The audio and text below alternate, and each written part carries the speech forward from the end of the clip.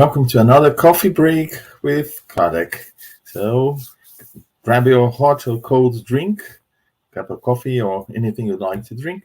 And during this 15 minutes, we will talk about one aspect of the book Genesis. And today what I brought to us was a very controversial topic, which is the body of Jesus.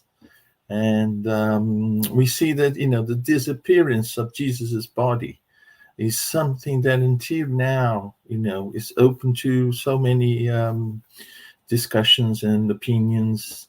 But what Kardec did was actually to use his traditional method of being, bringing to light the possibilities, analyzing them, and seeing what made sense. So Kardec was very good at that, and all his 5 books, they have this basis, which is very strong methodological basis. So we know that all the 4 evangelists in their Gospels, they talk about the disappearance of Jesus's body, that on the 3rd day, the women went there and the body had disappeared. And until now, people come with all different sorts of theories and so on. And also at Kardec's time, there were many suppositions. And what Kardec did was, let's analyze first from the knowledge that we know about the spiritual world, the fluids, the perispirit. And all this knowledge will give us a basis to understand what is possible and what is not. And if it is possible, if it's common or is very rare, and if it makes sense as well. So Kardec proposes an analysis of this topic using first the fluids and the theory of fluids and all the phenomena that are possible according to fluids, which are studied in detail in this book, Genesis, and to see on the moral side of it, if it is possible, if it is reasonable. Because sometimes we have many possibilities, but which one was the most likely to be the true one? So some people believe it should be a miraculous event. The body just disappear because something supernatural happened, made the body disappear, or so on. But on the other side, some people, they attribute it to a clandestine removal of the body. Someone went there, or some people went there and took the body out of the graveyard and took the body away and disappeared with the body. And as far as we know, until now, no one has found a trace of Jesus' body. So according to some other opinions, Jesus did not have a corporeal body, physical body. And this we see in many sects, beliefs. They come with explanations considering that the body that Jesus used wasn't a physical one, but a fluidic body. We've seen that it's possible. We can talk about that in detail in the future in another coffee break. About some properties of the perispirit. We can look at that in detail, but we know that the perispirit and the fluids that aggregate around the perispirit and can be manipulated and can be turned even into tangible matter. Not that it's turned into a physical body. No, this is something different. The physical body, we can get a physical body through the natural process of conception, development of the physical body, of the organs, of the all anatomy and physiology that is inherent to the physical body. And it took billions of years to get to that body. Our body is the product of an evolution from the moment that the earth formed, the planet formed as such. And then naturally, obeying natural laws and conditions, they develop into a physical body. So now we have established a process, a natural process, a physical process to develop a physical body. But when I say about physical, tangible body, is a body that resembles a physical body, but is not a physical body with all the physiology, the anatomy, and the properties of a physical body, but can be tangible. So some people believe that Jesus used a fluidic body throughout his life. And then we see if this supposition also makes sense.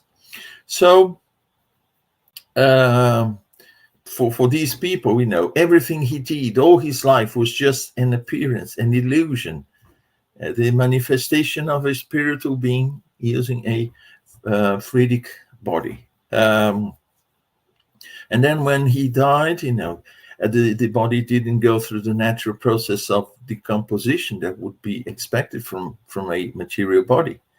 So it just returned to the spiritual world in the fluidic form. And Kardec says, well, this is not impossible. We know the properties of the fluids. We know the properties of the perispirit. We know that fluids can take, from vaporous form to a tangible body. To a tangible body, as I said before, but not a physical one, but tangible body that resembles a physical body. And in this case, yes, but it will be an exception. It is an exceptional case to spend an entire life, 33 years, with a fluidic body to sustain that. And what was the purpose of that? We have to analyze that as well. So let's check the facts to see if the facts, they can give credit to this idea or to a different idea that Jesus, in fact, had a normal physical body throughout his life. So we can divide the passage of Jesus here for our analysis into two periods: the period before his death and the period after his death, because Jesus, after his death, he came back, he spent some time here, he met a lot of people. And let's see if the two manifestations, as it were, of Jesus before and after his death, if they were the same, if what he showed and what he did was exactly the same, or if they were different. So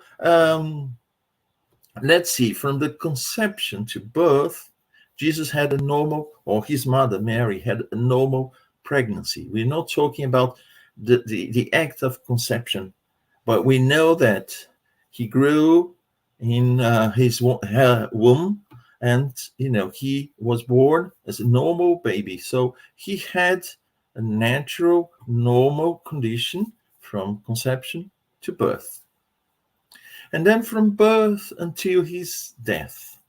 So everything about his acts, what he did, how he spoke, his development, because it's not that Jesus disappeared, when you know about his birth, and then he appeared when he was, in his last 3 years, the last 3 years of his life, and in between there is, a vacuum. No, we know passages of his life, as a teenager, as a young man, and, but the registration of his life had these different moments, but he was actually stressed or recorded, as it were, during the final 3 years of Jesus here on earth. But we know how difficult it was to have these accounts at those times when there were no cameras, there were no voice recorders, nothing at all. Few people knew how to write.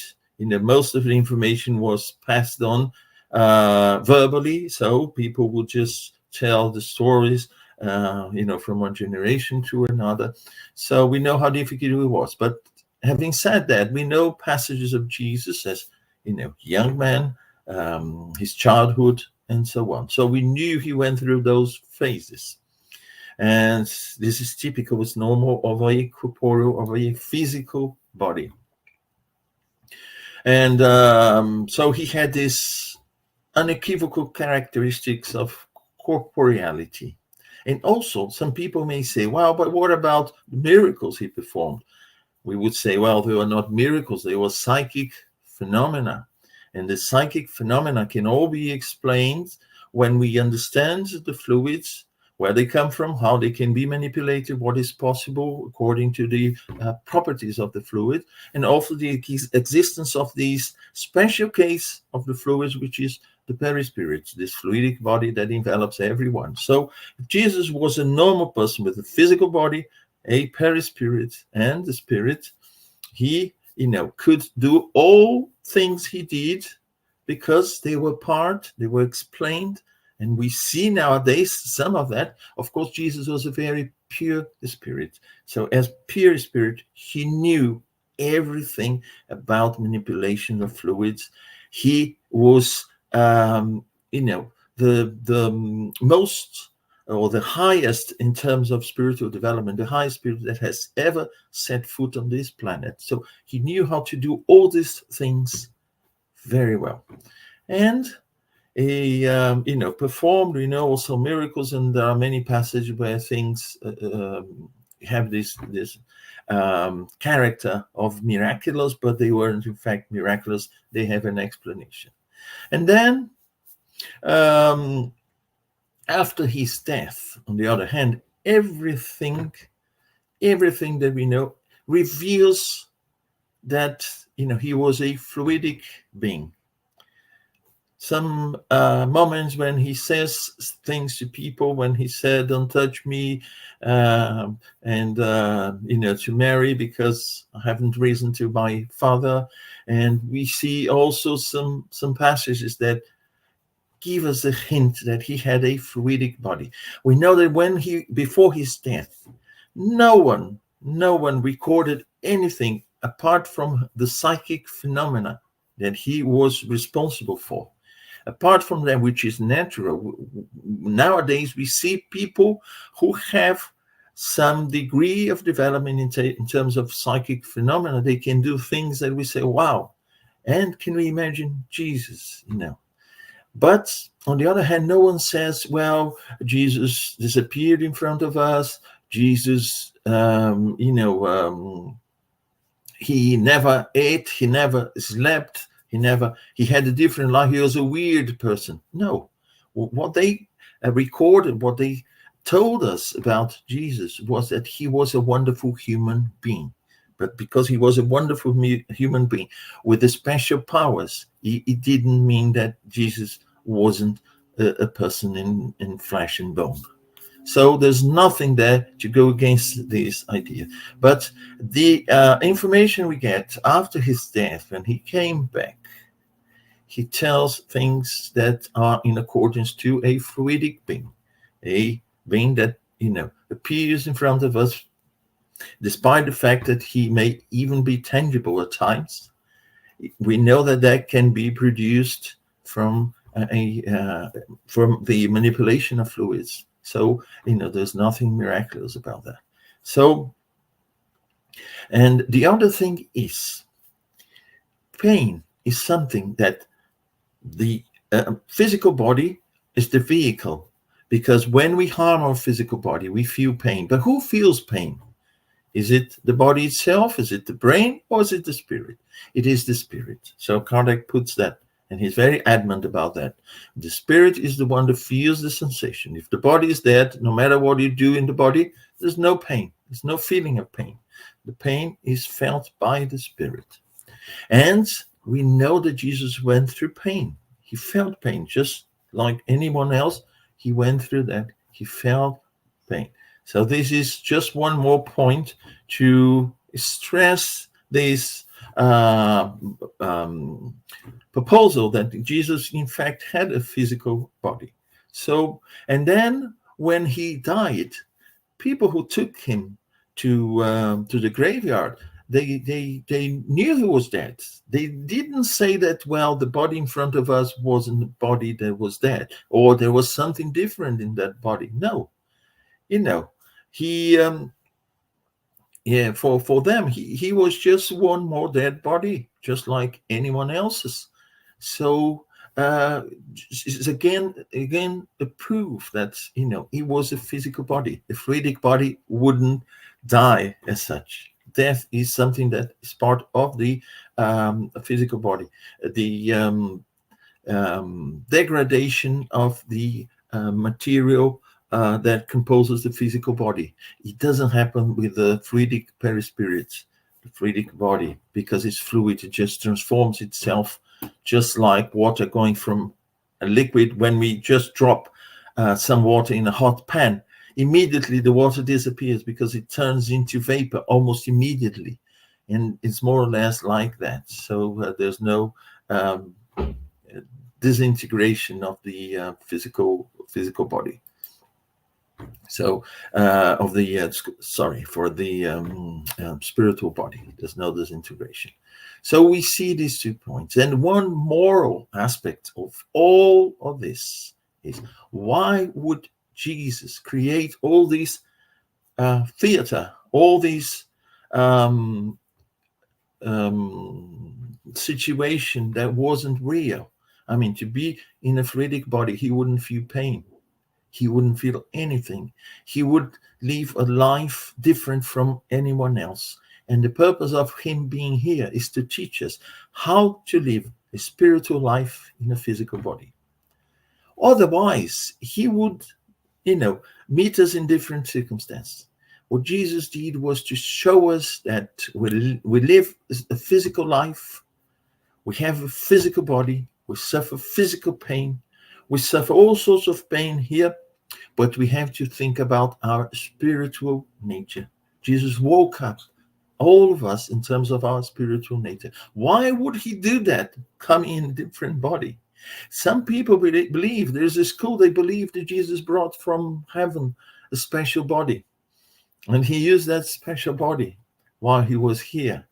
And so why would he teach us something? And Jesus taught us by example, not by words. The words were just a reverberation, were just the sound of something that he did, of his examples. Why would he teach us to bear pain, to have hope in the future, no matter the situation around us? If he was in a different body, not feeling anything whatsoever, it wouldn't make sense at all. So when we look at this aspect as well, the moral one, why would he come and teach us something that he wasn't experiencing himself?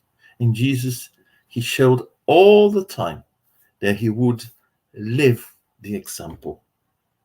He wouldn't just teach us by words, but by example. And the first example would take up a physical body and endure the needs, the hardship of a physical body.